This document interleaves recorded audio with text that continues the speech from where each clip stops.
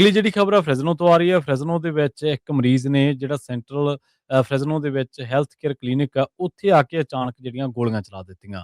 ਬਾਅਦ ਦੇ ਵਿੱਚ ਜਦੋਂ ਪੁਲਿਸ ਨੂੰ ਕਾਲ ਗਈ ਤਾਂ ਇਸ ਬੰਦੇ ਨੂੰ ਹਿਰਾਸਤ ਦੇ ਵਿੱਚ ਲੈ ਲਿਆ।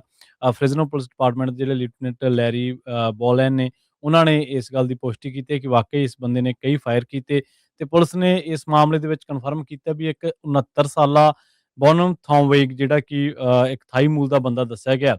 ਉਹਦੇ ਉੱਤੇ ਦੋਸ਼ ਹੈ ਵੀ ਉਹਨੇ ਜਿਹੜਾ ਇੱਕ ਪੇਸ਼ੈਂਟ ਹੈ ਤੇ ਉਹਨੇ ਕਲੀਨਿਕ ਦੇ ਵਿੱਚ ਆ ਕੇ ਗੋਲੀਆਂ ਚਲਾ ਦਿੱਤੀਆਂ ਸੀ। ਅਪਾਇੰਟਮੈਂਟ ਤੋਂ ਕੋਈ ਚੱਕਰ ਪਿਆ, ਇਹਨੂੰ ਅਪਾਇੰਟਮੈਂਟ ਮਿਲੀ ਨਹੀਂ। ਉਸ ਤੋਂ ਬਾਅਦ ਇਹਨੇ ਆ ਕੇ ਗੁੱਸੇ ਦੇ ਵਿੱਚ ਆ ਕੇ ਇੱਥੇ ਇਸ ਵਾਰਦਾਤ ਨੂੰ ਅੰਜਾਮ ਦਿੱਤਾ ਹੈ। ਕਹਿੰਦੇ ਇੱਕ ਸ਼ੂਟਿੰਗ ਜਦੋਂ ਵਾਪਰੀ ਹੈ ਤਾਂ ਇੱਕ ਐਗਜ਼ਾਮ ਰੂਮ ਦੇ ਵਿੱਚ ਵਾਪਰੀ ਹੈ। ਐਗਜ਼ਾਮ ਰੂਮ ਦੇ ਸਾਹਮਣੇ ਜਿੱਥੇ ਅਕਸਰ ਹੀ ਮਰੀਜ਼ਾਂ ਨੂੰ ਲਿਜਾ ਕੇ ਪਹਿਲਾਂ ਦੇਖਿਆ ਜਾਂਦਾ ਹੈ, ਤਾਂ ਉੱਥੇ ਇੱਕ ਫੀਮੇਲ ਇੰਪਲਾਈ ਸੀ ਜਿਹਦੇ ਨਾਲ ਇਹਦਾ ਆਮੋ-ਸਾਹਮਣਾ ਹੋਇਆ।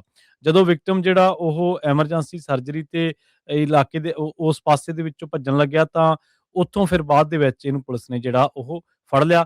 ਇਸ ਮਾਮਲੇ ਦੇ ਵਿੱਚ ਜਿਹੜੀ ਜ਼ਖਮੀ ਹੋਈ ਆ ਬੀਬੀ, ਉਹਦੇ ਬਾਰੇ ਹਜੇ ਆਇਡੈਂਟੀਟੀ ਕੋਈ ਦੱਸੀ ਨਹੀਂ ਗਈ ਕਿ ਉਹਦਾ ਕੀ ਨਾਮ ਆ।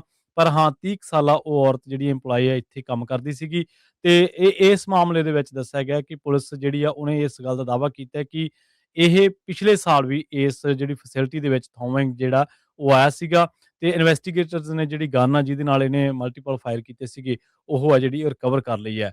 ਕਲੀਨਿਕ ਜਿਹੜਾ ਉਹ ਕਹਿੰਦੇ ਕਿ ਜਿੰਨੇ ਚਿਰ ਜਿਹੜੀ ਇਨਵੈਸਟੀਗੇਸ਼ਨ ਆ ਕੰਪਲੀਟ ਨਹੀਂ ਹੁੰਦੀ, ਉਹਨਾਂ ਚਿਰ ਜਿਹੜਾ ਉਹ ਬੰਦ ਰਹੂਗਾ ਤੇ ਟੀਮ ਮੈਂਬਰ ਜਿਹੜੇ ਜਿਵੇਂ ਆਪਾਂ ਲੈਫਟੀਨੈਂਟ ਦਾ ਜ਼ਿਕਰ ਕੀਤਾ ਸੀਗਾ, ਉਹਨਾਂ ਨੇ ਦੱਸਿਆ ਵੀ ਟੀਮ ਮੈਂਬਰ ਜਿਹੜੇ ਆ ਉਹ ਇਸ ਮਾਮਲੇ ਦੀ ਪੜਤਾਲ ਜਿਹੜੇ ਆ ਉਹ ਕਰ ਰਹੇ ਆ। ਜੀ।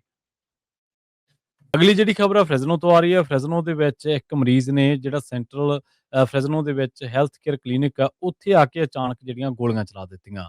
ਬਾਅਦ ਦੇ ਵਿੱਚ ਜਦੋਂ ਪੁਲਿਸ ਨੂੰ ਕਾਲ ਗਈ ਤਾਂ ਇਸ ਬੰਦੇ ਨੂੰ ਹਿਰਾਸਤ ਦੇ ਵਿੱਚ ਲੈ ਲਿਆ। ਫ੍ਰੈਜ਼ਨੋ ਪੁਲਿਸ ਡਿਪਾਰਟਮੈਂਟ ਦੇ ਜਿਹੜੇ ਲੈਫਟੀਨੈਂਟ ਲੈਰੀ ਬੋਲੈਨ ਨੇ, ਉਹਨਾਂ ਨੇ ਇਸ ਗੱਲ ਦੀ ਪੁਸ਼ਟੀ ਕੀਤੀ ਹੈ ਕਿ ਵਾਕਈ ਇਸ ਬੰਦੇ ਨੇ ਕਈ ਫਾਇਰ ਕੀਤੇ ਤੇ ਪੁਲਿਸ ਨੇ ਇਸ ਮਾਮਲੇ ਦੇ ਵਿੱਚ ਕਨਫਰਮ ਕੀਤਾ ਵੀ ਇੱਕ 69 ਸਾਲਾ ਬੋਨਮ ਥੌਮਵੇਗ ਜਿਹੜਾ ਕਿ ਇੱਕ ਥਾਈ ਮੂਲ ਦਾ ਬੰਦਾ ਦੱਸਿਆ ਗਿਆ।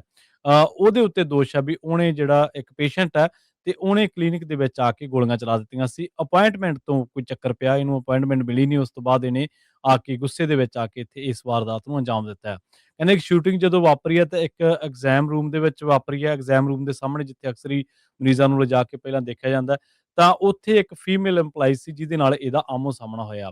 ਜਦੋਂ ਵਿਕਟਮ ਜਿਹੜਾ ਉਹ ਐਮਰਜੈਂਸੀ ਸਰਜਰੀ ਤੇ ਇਲਾਕੇ ਦੇ ਉਸ ਪਾਸੇ ਦੇ ਵਿੱਚੋਂ ਭੱਜਣ ਲੱਗਿਆ ਤਾਂ ਉੱਥੋਂ ਫਿਰ ਬਾਅਦ ਦੇ ਵਿੱਚ ਇਹਨੂੰ ਪੁਲਿਸ ਨੇ ਜਿਹੜਾ ਉਹ ਫੜ ਲਿਆ।